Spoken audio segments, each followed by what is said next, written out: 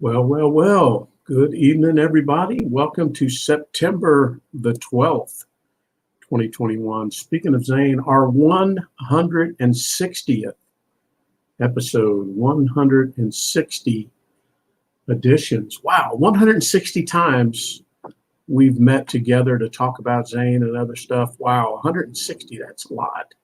What is it, 52 weeks in a year? So what's coming up on what, 3 years? I guess it's 3 years. Right about this time of the year. I'll have to do a little research. We should be celebrating, actually. It's probably 3 years, but how about that? Well, good to have everybody in here on what has been a short week because of Labor Day, but a long week because of so much we had to cram into a shorter week, at least work-wise, and then activities around 9/11, of course. But an incredible week nonetheless. Lori and I started out our week last Monday, which was Labor Day. Let me share. We started out our week meeting one of my old buddies, Lanny Witt, for lunch up in Rome, Georgia, just about an hour from here, and had a good time. Lanny lives over in Rainbow City, Alabama, kind of near Gadsden, so not too far away. We've actually been able to connect quite a few times over the last number of years, and Lanny was in town and said, "Hey, y'all want to go to lunch?" And we met Lanny at lunch on the Monday. That was the beginning of our week, or the end of last week, however you want to look at it. But it was always awesome to see Lanny and spend some time with him. And there's a really cool restaurant there in Rome called Sam's Burger Deli. It's got two Gulfstream jets that kind of are a part of the building, and it's just a really interesting place, just a couple of miles down the road from the Rome airport. But yeah, we had a really good time there with Lanny. That was our Monday. What else did we do Monday? I don't remember, Lori. We did something else either before or after we met with Lanny. I don't remember, but anywho. What's up, Brian? How you doing, pal? All right. Well, let's see what we got here. Let me stop sharing there. So yeah, so that was the beginning of our week, and then we've had a lot of activities throughout the week. Oh, we went to Buc-ee's. That's right. Lori just piped in. There's a new Buc-ee's, sort of like the world's largest gas stop convenience store, originated in Texas. Hello, Brenda Lusk. And they've been in Texas for, 30, almost 40 years now. Texas A&M grad was the founder of Buc-ee's, and they are finally making their way across the country. And there's one in Calhoun, Georgia. So when we were up in Rome, it was just another 30 minutes or so over to Calhoun, and then a quick interstate drive back here to Ackworth from Calhoun. So there's also one down in Warner Robins. But yeah, so we did a little excursion to Buc-ee's, but that was our Labor Day. Let's see, I got Brenda Lusk. Hello, Katie Aaron. Katie, Matt's in there. Matt's, yeah, we're going to talk about that, Matt, when we get to the organizations. Matt's doing a nice little fundraiser there, along with the Mission 22 Challenge. Good stuff. Good stuff. All right, what else is going on? Well, as the week progressed, we did, hello, Toby. There's my cousin, Toby. We did have some 9/11 related activities. I know that on Friday, I took a few hours in the morning to go out to the cemetery. There's an organization called Carry the Load. You may remember Lori and I went out and walked with them at the cemetery. What was that, Lori? Memorial Day or somewhere around there. And they're a pretty cool organization. Anyway, they sponsored an event at a cemeteries all across the country, but it happened to be at Georgia National. And there was probably 25 of us there. And we cleaned headstones. We went to one of It's a relatively new cemetery, Georgia National. So it's not like a lot of old cemeteries where the headstones are really, have got a lot of dirt and algae and stuff. The ones at Georgia National are still fairly new, but we went to one of the oldest sections and we cleaned there. And you could see there was, the main thing was just to get the surface dirt off, and that'll keep buildup from happening. But anyway, spend a few hours out there doing that, and beautiful weather. It was 57 degrees in the morning, and it was good to do that on Friday. And then on Friday as well, in St. Louis, there's a big happening there called what do they call it, Daryl? Flags. Let's see, what's Flags of Valor. Flags of Valor. It's called, and it's just it's a massive. Let me share it with you. It's a massive arrangement of flags at this art museum or art gallery there in St. Louis. But the flags, there's a flag for everyone lost on 9/11 and everyone lost in the war on terror since 9/11. So there are a lot of flags out there. And maybe Daryl actually visited on Saturday. He lives in the St. Louis area. Maybe Daryl, you can put a couple chats or figures or whatever in a couple of nuggets in the chat there if you have anything about it. But just a phenomenal event. I guess they do it every year. I don't know. This is the first time I ever heard about it. But one of my coworkers lost her cousin JP in Afghanistan. Anyway, so we've become friends, and she asked me, see, every one of those flags is dedicated in the honor of the person. It's not just the number of flags. They actually went to the trouble of putting a picture and a dog tag of the individual on the flag. And I guess there's some sort of directory that you can locate. Well, anyway, she asked me about it. She said, hey, who could I seek out and take a picture for? And I told her, I said, well, hey, there was two soldiers in Zane's unit that were killed, Butcher and Cagle. And then our family friend, John Burris, lost his son, Michael, in Afghanistan. And then, of course, Kelly Kowal's son, Corey. So she went and found each of those four and took pictures for me and sent them. And I've shared the picture of Corey's with Kelly, and of Michael with his father John. Let me see. This is that night there. This is in St. Louis. Let me show you. Something else here, if I can find it. Yeah, here we go. I'll show you for an example here.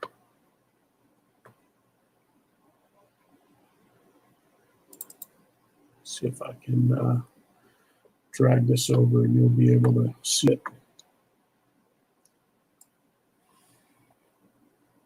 There you go. So that's one of the flags. That's the flag that's dedicated to Corey Kowal. And you can see there's a picture of Corey and then a dog tag there. And each flag was like that, every one that we've lost. Wow, can you imagine the effort, the logistics to put all that together? Just phenomenal. And I was so appreciative of my friend Jamie at work, who went out there and did that. And then I saw some pictures from Daryl. Daryl went out there yesterday and posted some great pictures. Like Daryl said in the chat, there are over 7,000 flags, and all 7,000 have a name associated with them. Just a phenomenal thing for them to do, for sure. All right, let's see what we got here. So that was Friday and Saturday. And then what else have we been up to this week?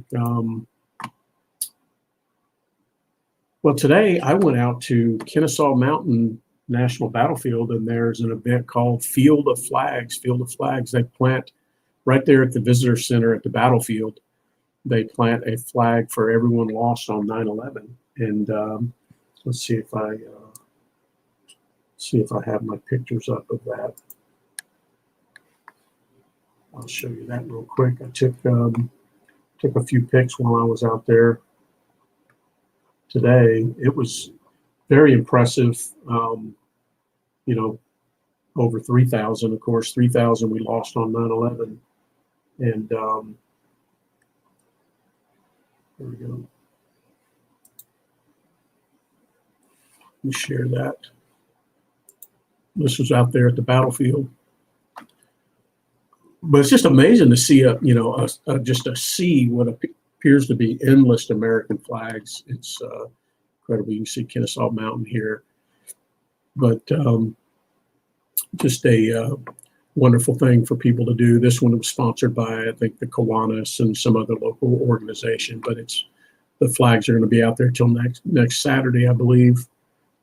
There's my Aunt Paula. Hey, Aunt Paula. Aunt Paula. I'm going to talk about you here in a minute, young lady. Good to have you in there from Florida.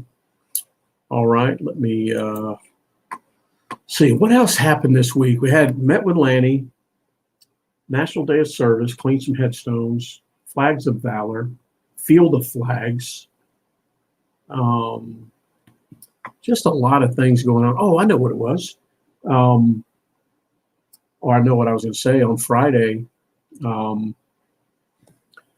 I was on Friday. I have a team of young people who are training to be engineers with our company, and they spend a lot of time with me. And it's a year-long program, and so I'm trying to brainwash them actually. And anyway, the last on Fridays we kind of have a wrap up, and we talk about the week and did we accomplish what we set out to do and things like that. And anyway, toward the end of the meeting, I thought, okay, it'd be a good idea to do one of those, where were you, when 9/11 happened. And I got to thinking about it. Wait a minute, these guys were 2 and 3 years old. All of these folks are in their early to mid 20s. The oldest, I think, is 30. So I had to kind of scrub the where were you on 9/11 thing, but we did kind of go around the horn, and everybody got the opportunity to talk about 9/11, and then I spent some time talking about how 9/11 has forever impacted thousands and thousands of lives, including ours, and walk them through the impact that 9/11 has had on our family and the way our kids have decided to serve, and all of that. And they were just amazed, that one family could be so impacted, by the event. And I said, listen, this is just one family out of thousands and thousands. Can you imagine all the stories of how 9/11 has impacted, changed lives forever? And anyway, interesting. It was interesting to hear their feedback and everything. But all right. Well, today's hat of the week. I couldn't think of a better hat. I started looking around. I thought, well, I wish I had a thin red line, but this is the thin blue line American flag, and decided to wear the thin blue line American flag for 9/11. So this is the hat of the week. Hat of the week. I guess I'll since I went to the trouble of preparing it, I'll throw my banner up there. Hat of the week. Did Ken join? I didn't see Ken. Ken, are you in there tonight, Ken? If you're not, we sure miss you. If you watch the recording, let's see. Katie said her niece went out to New York and spent several days in the city. About that, I bet that was special. Let's see. Okay, well, let's move. There's Ken. Okay, buddy. I know he's always anticipating and trying to predict the hat of the week and the connection, and I like that. All right, let's see what we got here.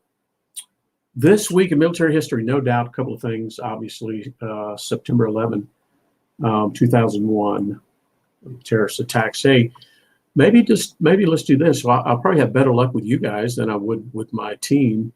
maybe in the chat, if you can put where you were when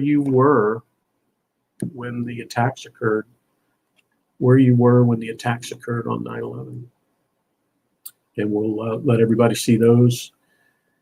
And of course, there's another September 11th anniversary, September 11th, 2012, the attack on Benghazi.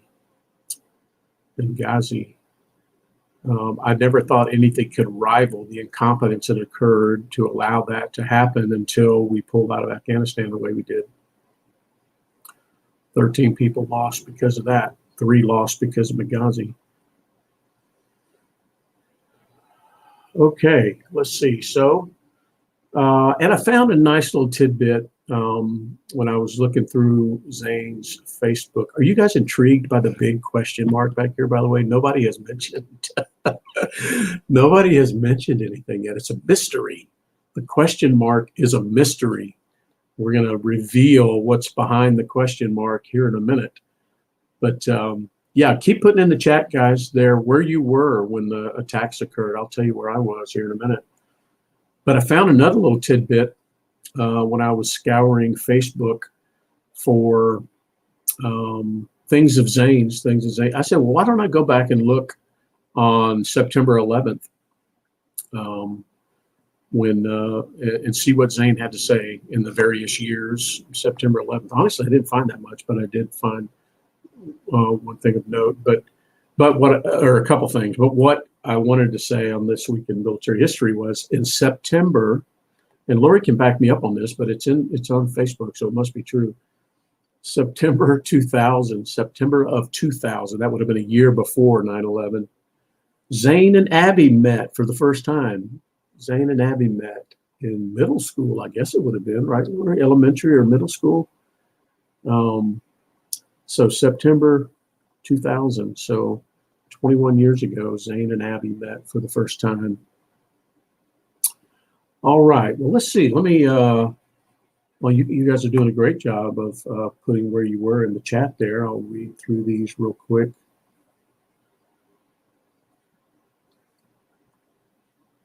Let's see. Daryl was on a service trip in Quincy, Illinois. Jimbo was at work. Matt was a freshman in high school. Remembers walking in the homeroom after the first and watching the second hit.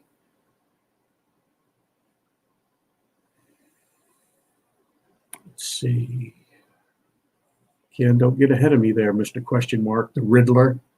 The question mark is a surprise. It's a mystery. All right, let's see. Katie was a freshman in high school as well. Let's see. Katie was 14 years old. Jim, second period, the principal came over to the PA and cut class short, and everyone had to go to third hour. Every room had a TV, and we all watched and talked, and were released early for a half a day. That was Katie.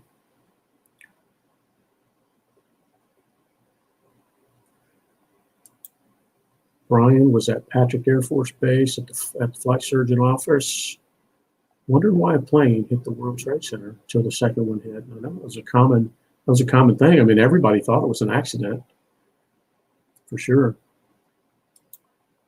What's Ken say? Ken was in Norfolk attending Joint Forces Staff College right down the street from the Navy base and far from Norfolk Airport. Became extremely quiet when they grounded all the aircraft. Yeah, over 4,000 or more aircraft were grounded in that window.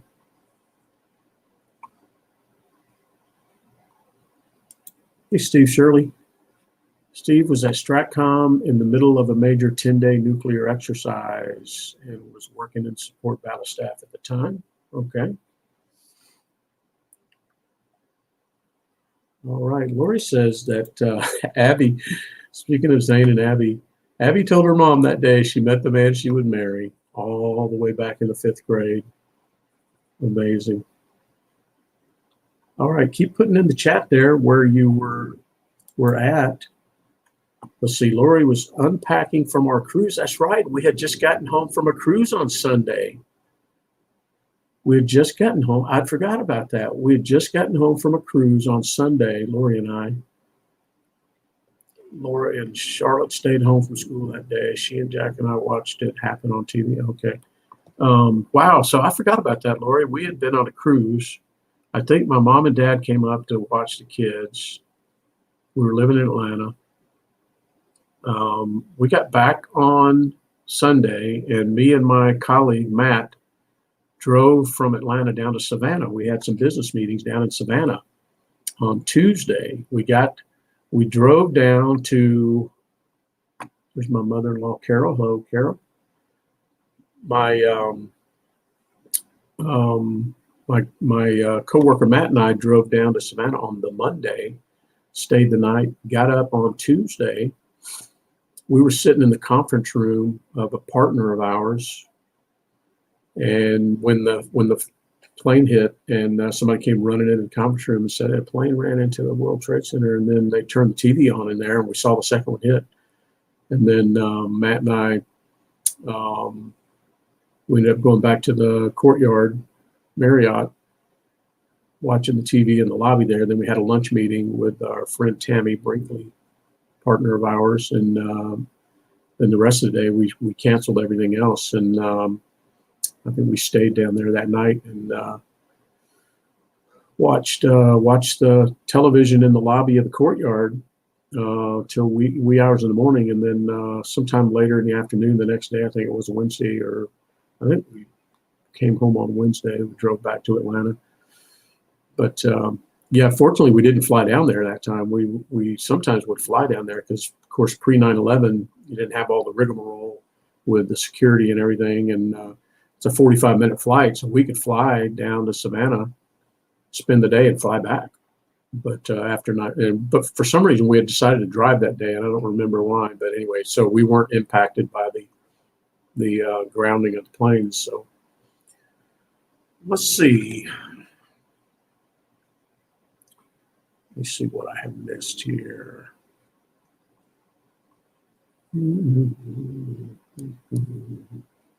Okay, yeah. Well, if anybody else wants to throw in the chat where they were on 9/11, I'll try to catch it and we'll read those.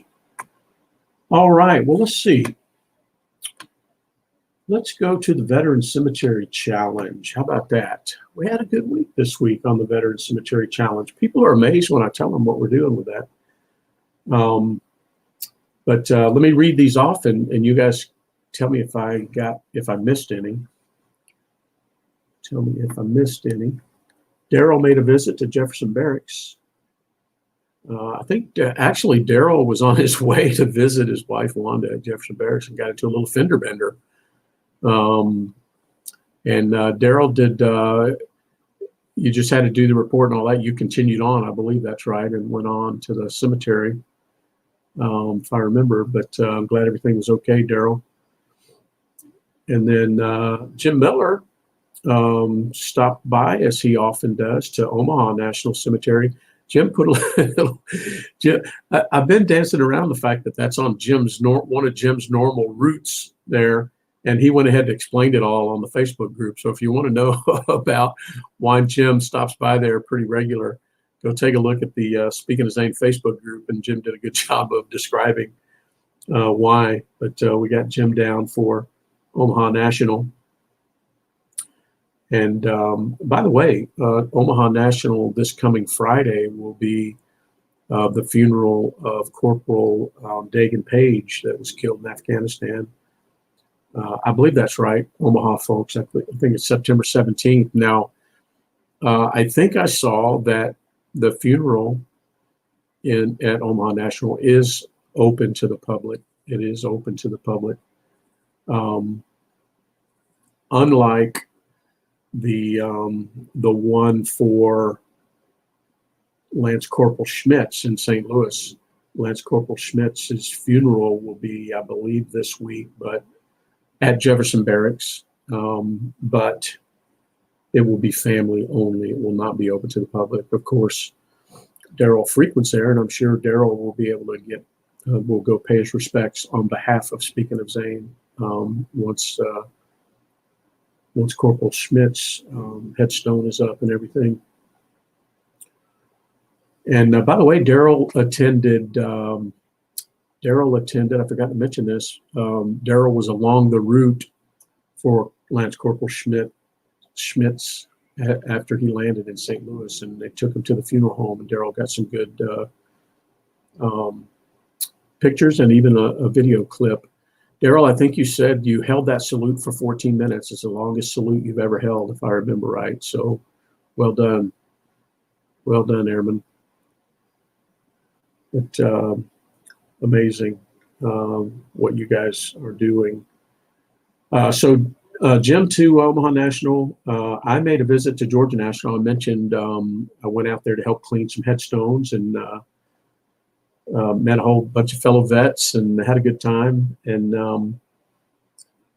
then Aunt Paula got a new cemetery for us. I've got to add it to the map yet, but Aunt Paula, in her outings the other day, made a visit to Meadow Lawn Cemetery, where she says there are a bunch of veterans interred.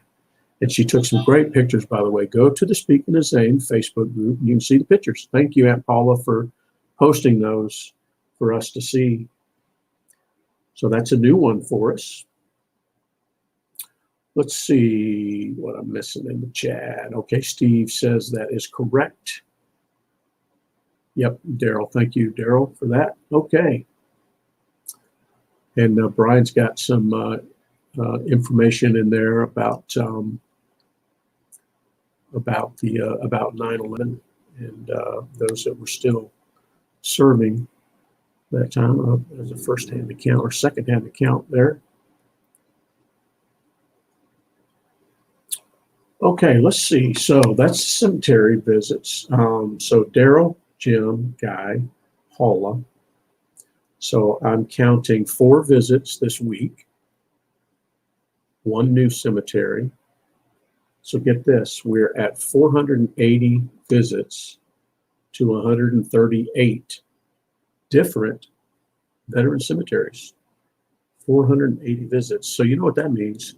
We just need 20 more visits to hit the 500 visit mark. How about that? The 500 visit mark. But what I'd really like to hit, we're at 138 different cemeteries. I'd love to hit the 200 cemetery mark. Wow, that'd be awesome. We'll get there for sure. But thank you guys for participating with us. I'll tell you what, I've come to really appreciate veteran cemeteries and all they represent and those that rest there. And to me, it's just an amazing, those are amazing places for sure. All right. Let's see. Now on to the Thank a Vet Challenge. Is Amy there? Hello, Amy Walton. Good to have you in there. Let's see. Thank a Vet Challenge. So let's see here. Last time we met, we were about to reach a milestone in our Thank a Vet. Now, we've been doing this since May of 2019. For anybody that's watching that doesn't remember, we started doing this in May of 2019. So 2020, 2021. So what, 2 years? So we're at 28 months or so that we've been doing Thank a Vet Challenge, which means just in your normal, regular routine in life, whether you're going to the store or going to work or going to school or going to the hospital and you see a veteran or a military member or a first responder, you just say, hey, thank you. I appreciate you. And we have done that a number of times. And let me count how many times we've done it this week, because every week we chronicle the interactions that we have because you guys share them with me. You either tell me, you post them on the Facebook group, or some way I find out about the thank yous that we have done as a group. And this is what we have for this week. Let me just count here. Katie is adding one for me there, which I will do right now. So let me revise the numbers, Katie. That's why I say I don't always know. So Katie, another Vietnam vet. She attracts Vietnam vets like flies, I'll tell you that. There must be a lot of them in that Michigan area there. But that's going to have me revise my numbers slightly. So stick with me while I do it. Trust me, it'll be worth it.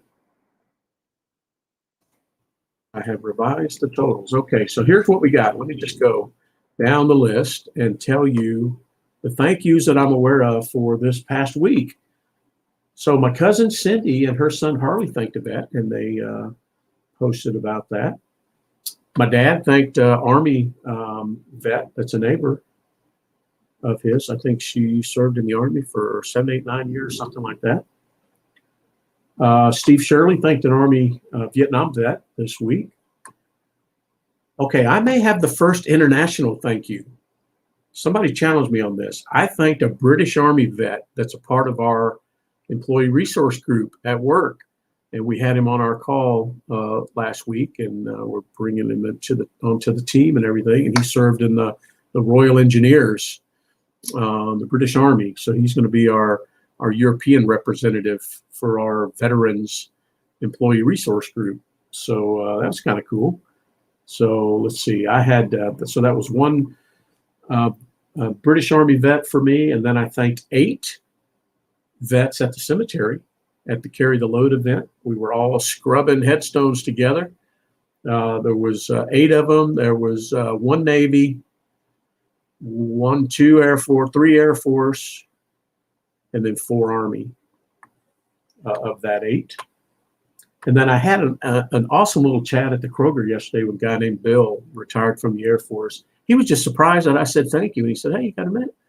And we stopped and chatted in the aisle for the longest time. He says, "Yeah, I retired in '96, and we talked about where we served and what we did, and he had something to do with stealth fighter, getting it all ready for Desert Storm and at the Tonopah, where they were at in that era."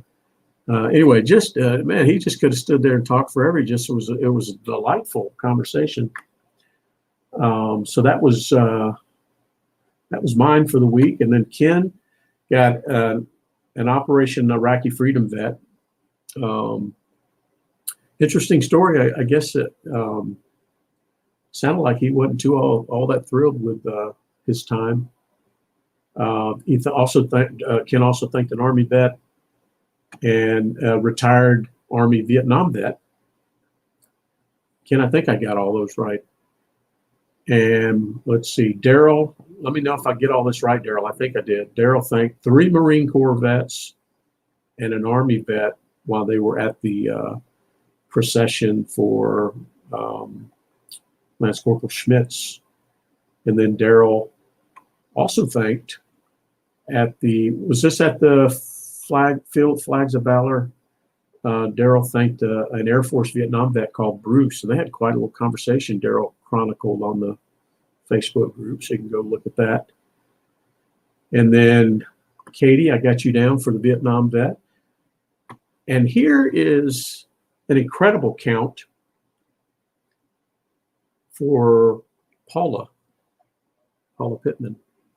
She had, and these are all different interactions. She had one interaction with 2 Pasco County Sheriff's deputies, another encounter with a Marine, another with a Vietnam vet, another with a Vietnam vet, another with a deputy sheriff, another with a Marine, another with 2 deputies, another with 5 deputies, I'm out of fingers, another with 4 Army vets, 1 Navy vet, 4 more deputies, a Vietnam vet, and a World War II vet. And I'm out of breath. How about that? So I think that was 2, 3, 4, 5, 6, 7, 8, 9, 14, 18, 19, 23, 24, 25 for Aunt Paula this week. Is that a high? I don't know if that's a high for the week. 25 for a week. 25. Thank you. Aunt Paula is already working on our next milestone. Remember the question mark here. It's a mystery. So that means that our total for the week, this may be a weekly high for us. The total thank yous for the week on Speaking of Zane, 47 thank yous for the week. Amazing. And okay, let's see. I didn't get that one, Daryl. So I'm going to say 48, which takes our number even up. See, I'm getting some on the fly here. So 48 thank yous. Now I'm counting Daryl. Daryl had the accident, and I forgot, Daryl, you did post that. Having the mutual thanks with the Missouri State Trooper, and I totally forgot that one. All right, so 48 thank yous in 1 week. How about that? You guys are absolutely phenomenal. That's 48 times that somebody who has served this country or the community heard from a fellow citizen, thank you. Wow. Just amazing. I tell you, and you don't know the impact that could have on somebody. You just don't know. So what that means is last week we were in striking distance of reaching a milestone. We have exceeded the milestone by a considerable amount. We have exceeded the milestone 1,000. We have breached the 1,000 thank you mark. We are at, listen to this, 1,036. 1,036. So how about that? Wonderful.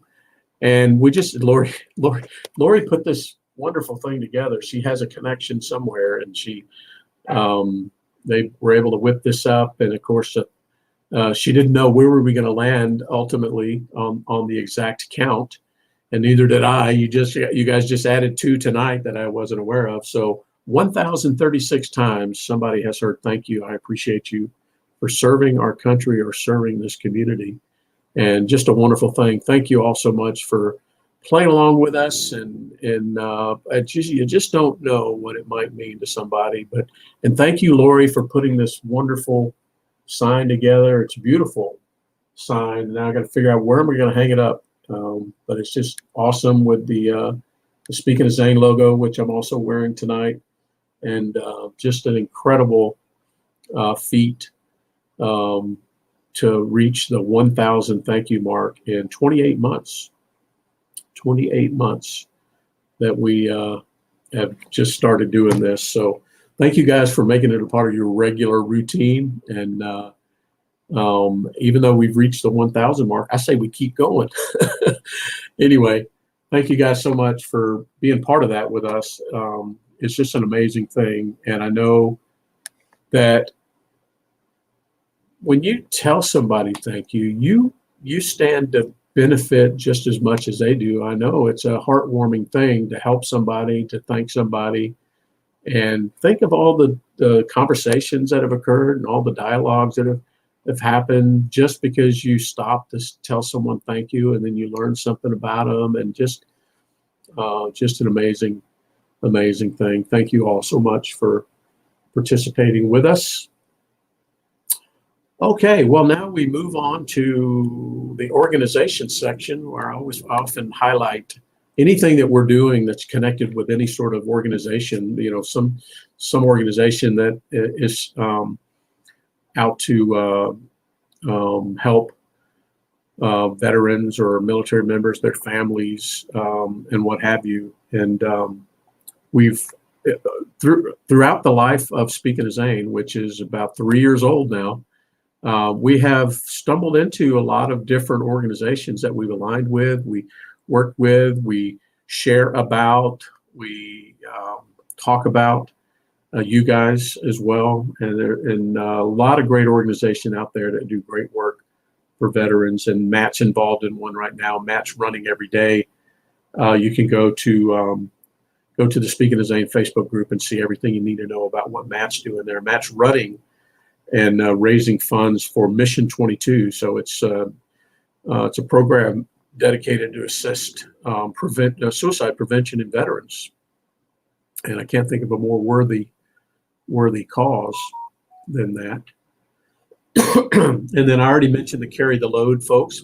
We've had 2 interactions with them now at our cemetery where our son rests, and what a good quality organization they are, based out of Dallas. Carry the Load, and just a good organization there that sponsored that day of service at the various at the various national cemeteries. And then let's see, we will be ramping up and begin to talk about wreaths across America this year, heading toward that in December. And we'll begin we'll begin starting the sponsorship of wreaths probably late October, maybe November, culminating in the placement of the wreaths all across the country, and usually around December 18, 19, 20, something like that.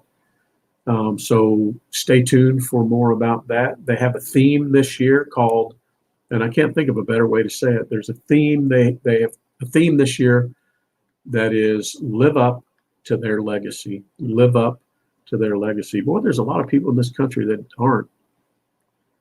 I think they're in the minority, honestly, but there's a lot of people that just don't give a damn about the legacy, about people who've, paid the ultimate price for freedom. A lot of people don't care. Let's see.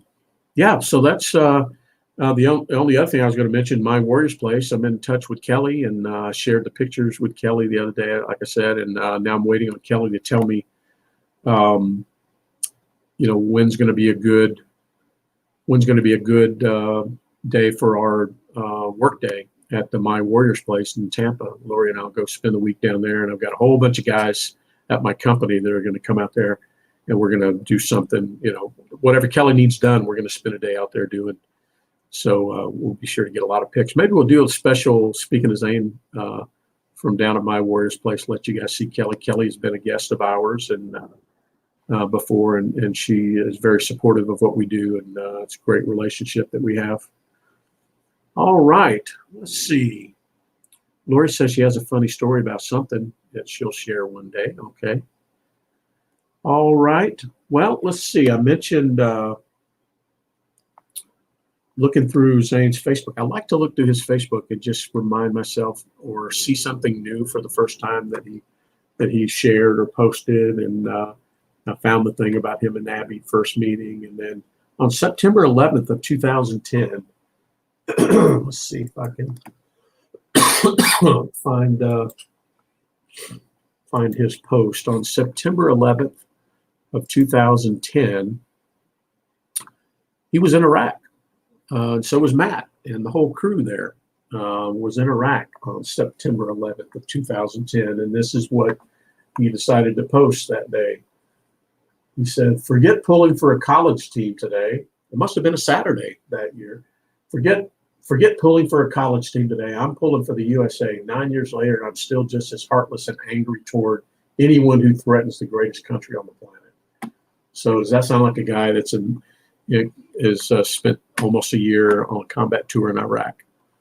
And just amazing little treasures here that we stumble on every now and then. I can hear him saying it. It's incredible. When I see something that he's written, you can hear, and you guys this is probably not unique to me, but when you see something somebody has written, you can almost hear them saying it in your head. And I can hear him saying that for sure. But okay, well, I don't think I have left anything out, guys. Like I said, it has been a short week, but a full week, and just nice to get together with this group and talk about it, talk about Zane, keep his name alive. They say a person dies twice, once when they take their last breath, and then again when their name is no longer spoken. And we just couldn't bear the thought of his name no longer being spoken, and we decided that we would very purposefully speak his name. And you guys have joined us. What an amazing thing. 3 years. I need to look back and see what was the very first one, but it had to be right about this time 3 years ago on a Sunday night. We lost Zane on a Sunday. And on a Sunday night, I just decided I needed to talk about him.